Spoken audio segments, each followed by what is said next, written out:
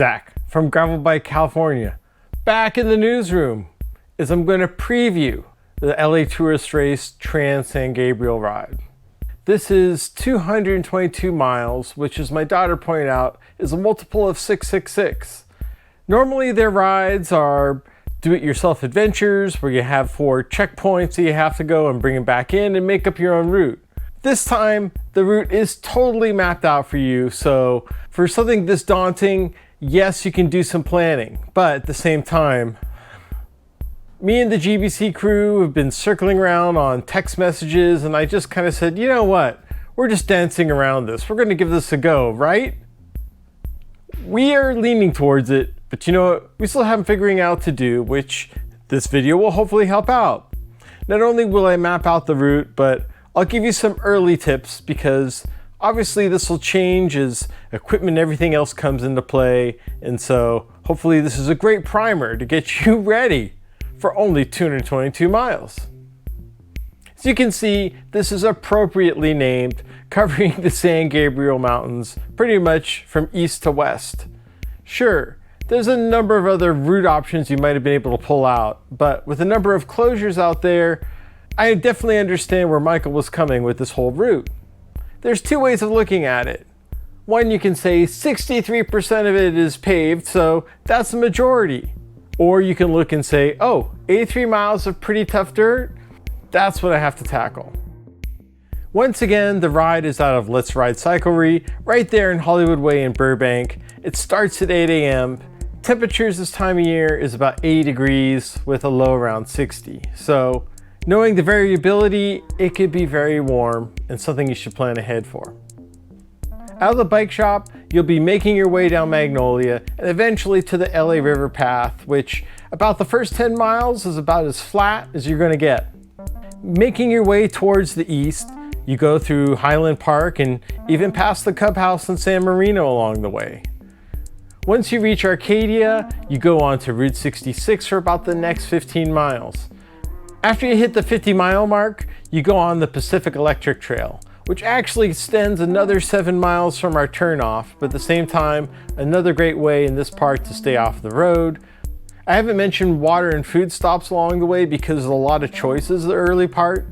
At the same time, try and carry as little as possible at this point because, yeah, that weight will bear on you as you go along.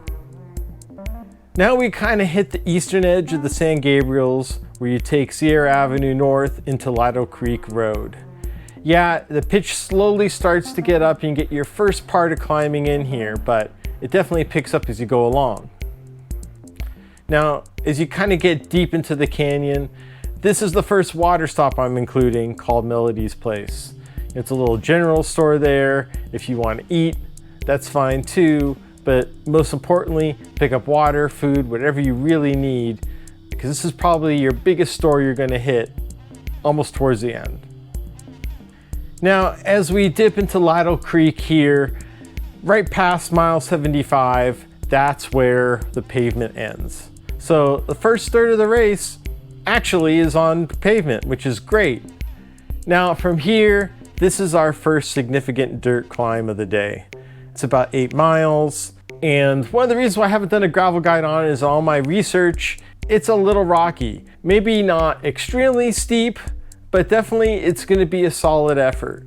Remember, this is one of first of many climbs, so really, take it easy. You'll be able to pace yourself and see how you feel for the rest of the ride. Now, at the top, you're going to hit Mount Baldy Lodge, where you can refill, there's food. Please pass on the beer this early. Even though there's a restaurant here, I might hold off on picking up on a big meal. What I would do is to call down to the village below and place an order. That way it'd be ready for you, and it's not going to take you too much time to get from here to there. The first stretch of this descent down Mount Baldy Road can be a little gnarly, but from there it's about 3 miles all the way down till you hit the paved part of Mount Baldy Road, taking you into Mount Baldy Village. Once again, this is where the restaurant is. You should still be there in daylight, and yes, there's plenty of water there. At the same time, this is the last time you're really going to be able to fill up on food until you hit the San Fernando Valley, which you'll be in the home stretch anyways. I will have a follow-up video in here where I will address me handling food. At the same time, the LA Tourist Race will be providing an aid stop or two, which will be crucial in finishing this if you can. From here, you go up Glendora Ridge Road, which is often featured in the Tour of California. As you can see, you hit the 100-mile mark, but most of the way, there is a little dips of climbing in there, but in this direction, it's mostly downhill.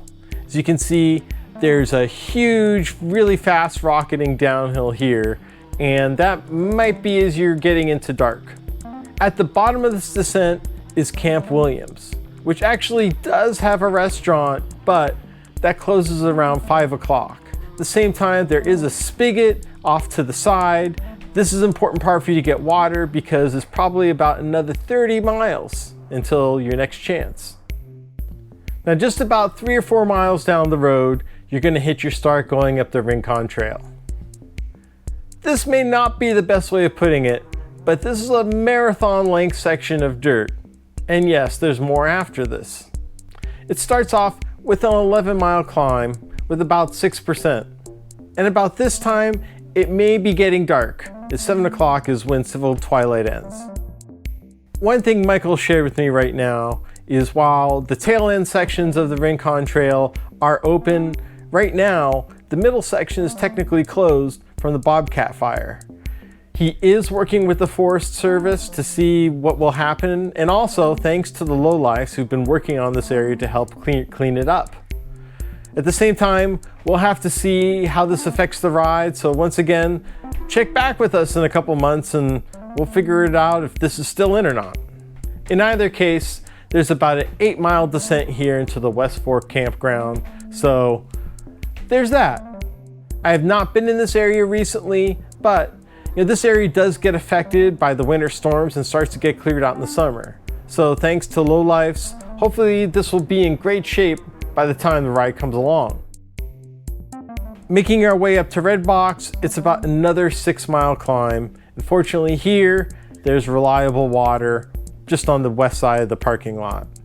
Unfortunately, after doing that marathon of dirt, it only took you about another minute to get back onto the next section. Right after, you're gonna climb Strawberry Peak, which is a 6-mile section of pretty much single track. This part gets me kind of nervous. I've never ridden it before because it's known more for mountain bikes and fat tires. Strangely, over the 6 miles, you're only gaining a little bit of elevation along the way, but the up and downs are a little bit more extreme than probably those numbers say. Seeing how this will definitely be nighttime when I reach it, this is one of the sections I really want to recon. Not just to get familiar with it, but to see how the brush conditions are that time of year. When you hit Josephine Saddle, the good news is you hit Fire Road on the way down. It's about 3 miles, and normally it's a lot of fun. At the same time, at night, there are a couple sandy sections on some of these tight curves, so please beware and have great lights. Kind of circling Josephine Peak on Angeles Forest Highway, you do that for about another 5 miles before you turn down Big Tahunga Canyon. Waiting right there is your experience down to Fall Creek. Now, going downwards is about 1.5 miles. It can get kind of tricky depending on how overgrown it is, but don't expect to stay on your bike the whole way down. This is the other section that really concerns me because it'll be deep into the night as you make the climb out from Fall Creek up to Camp 16. Now, it's kind of like divided into 3 sections. The first part is kind of a steep, about 4.7 miles, and then you get a flattening off. The final 2.5 averages about 9%.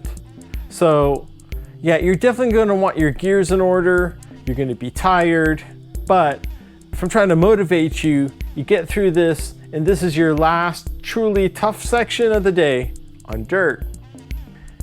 Now, when you hit Camp 16, kind of sounds like a good place to take a nap, but after this, you do have one significant climb, but it's pretty much paved going up to Mount Gleason. It's almost 2 miles at about 11%. But once again, this is where great gearing will come into play. And if you just spin your way up, you'll eventually get through it. Now, eschewing the peak at Mount Gleason Road, you get onto the Santa Clara Truck Trail. It starts off with about a 6-mile descent, and yeah, it can be a little soft in a few edges, and I might have crashed before, but I think at this time you'll be tired, you should be taking it back a notch on these descents, and it's most important to finish, not your time. When you hit the PCT crossing down here, sometimes people leave water. I don't know if you can necessarily rely on that, because definitely if there's all these riders going through, I don't know if there's enough for everybody. What's a little scary is when you just come down from Josephine Peak all the way to Camp 9, that's almost 50 miles between water. So definitely restock and just hope there's another pit stop along the way. After you reach the PCT crossing, there's about 6 miles of really tough rollers. It's about 3 climbs in there that you're just like, oh, do I still have to climb at this point on dirt? But you have to think of it this way. If you've made it this far, you pretty much have done all the work. You just got to get home. Coming down from Magic Mountain, the road is paved and it does get a little loose along the way, so you definitely still have to pay attention. As you exit Santa Clara Truck Trail, you're on to Sand Canyon, Little Tujunga, just for a few hundred feet before you make your way up to Bear Divide. Now, this is about a 4-mile climb to Camp 9. Once again, it's paved. Not too steep, but this is really your last climb, and you get here, and it's one that I've done many times. So yeah, I'm not even riding it right now, and I'm starting to feel excited that we're so close. One note about Camp 9 is when I was last there, the water fountain is out. Now, kind of when you come in, on the back of the right side, there is a bathroom over there and a spigot by it. So if you really need to get water and use a bathroom, which I said, it's been a long time, there you go. Now from Camp 9, it's only 25 miles on the way back. And yeah, you're confronting the beast, but the good news is it's in the opposite direction. Yes, it is kind of steep. It's in relatively good shape. There are a lot of horse people, but at the same time, depending on the hour, it may not be a problem. When you come out, there's a Chevron waiting right for you, which should be 24 hours. And depending on what time of day, Carl's Jr. as well. Get yourself a meal, nourish, because yeah, you still have some miles to get back. Now, you get onto Sierra Highway, and yes, there is a little bit of a climb. And I just wanted to point out Beals Cut to the left, which you may see, which was actually the first way of getting in and out of Santa Clarita. Yeah, maybe you may not be up for history at this hour, but that's why I'm here. As you make your way back into the valley, you'll be going down the San Fernando Road bike path, which is a great way at least to get you off the busy streets, depending on what hour. The other thing is they actually just extended it pretty much down to Hollywood Way at the beginning of the year. So yeah, I'm very happy on this way of getting back. So once again, you start the same way you end, on Hollywood Way, which is about 3 miles south here from the airport. Part of it is a bike lane. The last 1.5 miles will put you on the road. So maybe call your friends, have them escort you the rest of the way. You made it this far, congratulations. So looking at this whole thing, you technically have 36 hours to get back to Let's Ride Cycle Re. Yes, there's a lot of planning to get involved because a lot of things can go wrong and you're definitely out in some pretty remote areas. A few tips that I have for you. First of all, you need a bike with a lot of gearing. I always mention in gravel races or just fondos, you don't want to go into the red zone too much. Well, I believe on a ride of this length, you don't even want to go into the orange. Also, I suggest having tires of 45 or above.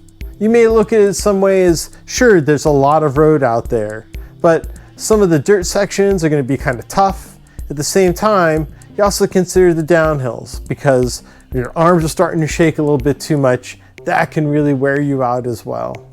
Lastly, being able to carry batteries along is super important because your GPS device will probably run out. Same as for your lights. Now remember, this is supposed to be a self-supported ride. So between now and then, I would definitely key in the foods that do you right. And most importantly, do not race against the clock. Really finishing is the key thing. And when you have your eyes on that type of prize, instead of like when you're doing a normal race, it definitely switches up your mindset and puts you a lot more at ease. So yeah, let's see if I'm out there September 30th.